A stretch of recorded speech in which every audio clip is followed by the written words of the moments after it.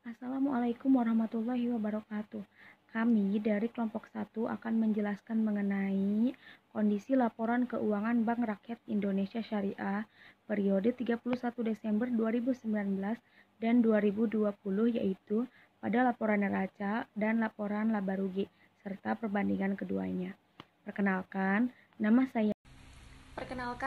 saya Yuyun Yuningsi, NIM 181420.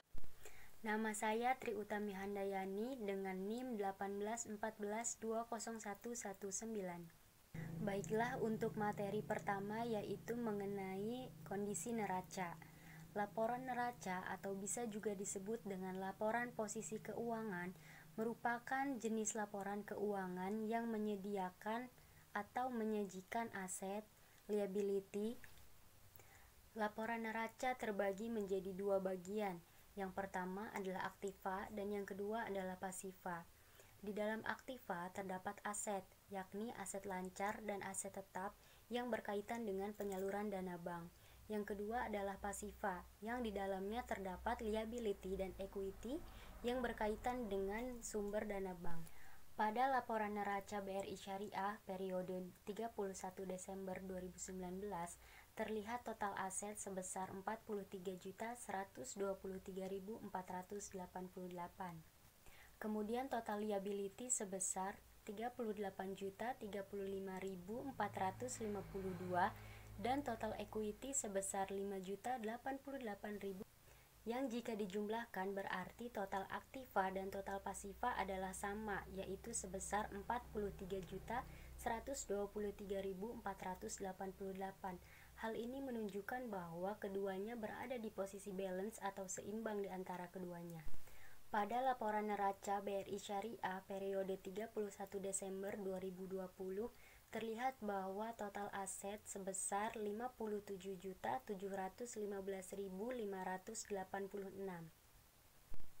Kemudian total liability yaitu sebesar 52.271.298 dan total equity yaitu sebesar 5.444.288.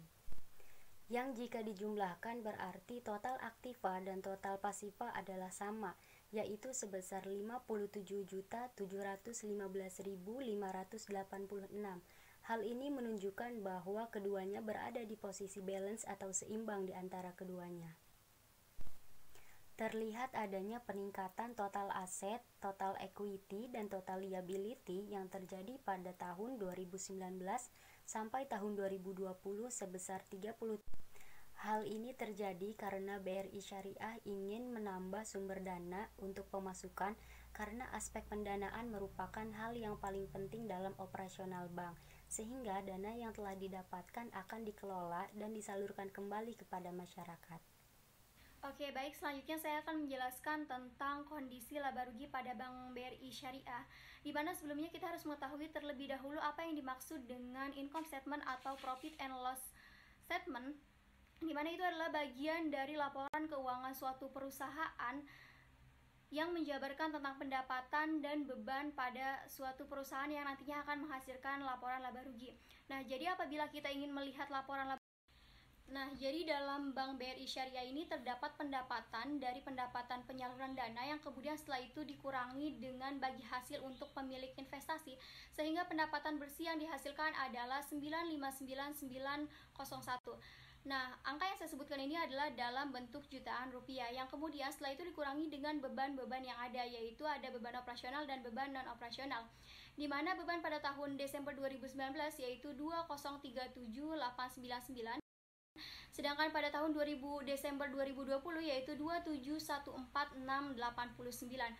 Sehingga setelah pendapatan dikurangi dengan beban menghasilkan total sebesar 288366.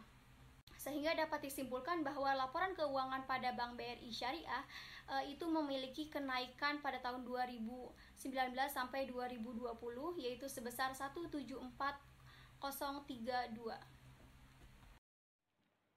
Dilihat dari laporan keuangan Bank Rakyat Indonesia Syariah tahun 2019 dan tahun 2020, yaitu laporan neraca total aset dan liability pada tahun 2019 ke tahun 2020 per 31 Desember itu mengalami kenaikan.